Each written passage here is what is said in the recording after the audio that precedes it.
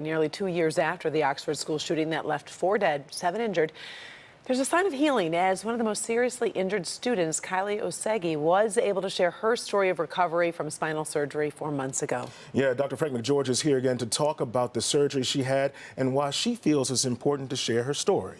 Well, you know, Karen and Amon, gun violence, of course, anywhere, but especially in schools, it is one of the most serious threats to the lives and safety of kids in America. As a 17-year-old senior at Oxford High, Kylie Ossege was seriously injured and nearly paralyzed as a bullet tore through her upper body, severely injuring her spine. And she wants people to know one source of her strength comes from those who did not survive. The bullet went through my right clavicle and out the left side of my back. I was kind of like hitting my legs and I couldn't feel my legs because at the time I didn't know, but my spine was affected. So I was kind of just laying in the school helpless for about 15 minutes until help came, and it felt like the longest 15 minutes of my life. Help eventually did arrive, and when Kylie arrived at the hospital, she required an immediate operation to stop the bleeding that injured her spinal cord. She would go on to have other surgery, followed by a long rehab process. I had to learn how to walk again.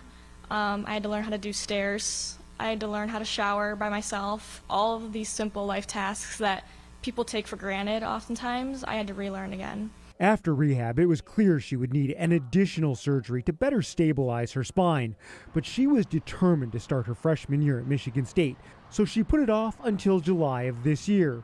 She had what will hopefully be her final surgery at Lenox Hill Hospital in New York, where today's press conference was held. The bullet destroyed some of the stability in her spine, and over time her neck started to bend forward, and so we had to do a pretty aggressive surgery in order to essentially loosen up her neck and bring her head back up into a normal posture.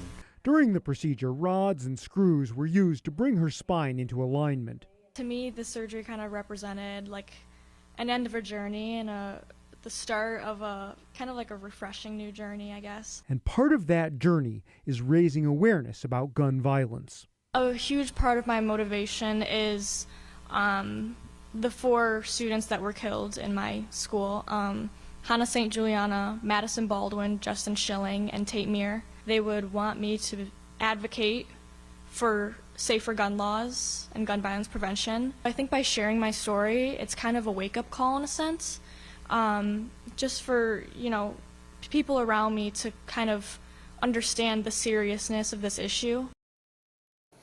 Now, this entire experience has actually also motivated Kylie to study to become an occupational therapist. Yeah, you know, Frank, I think it's so significant when you hear a young victim survivor sharing her experience. What's the future looking like for her medically right now? Well, so, you know, she's only about 4 months out from the surgery, but she's already improving, having improvement in her pain, I should say. And the doctors actually seemed very encouraged that with time and a little more rehab, they think that she's going to be able to resume all the things that she used to do before all of these tragic events transpired. Yeah, there's definitely some good news there. Yeah, and very brave, I will say. So brave to share her story. She seems so strong. Yeah. All right. Thank you, Doc.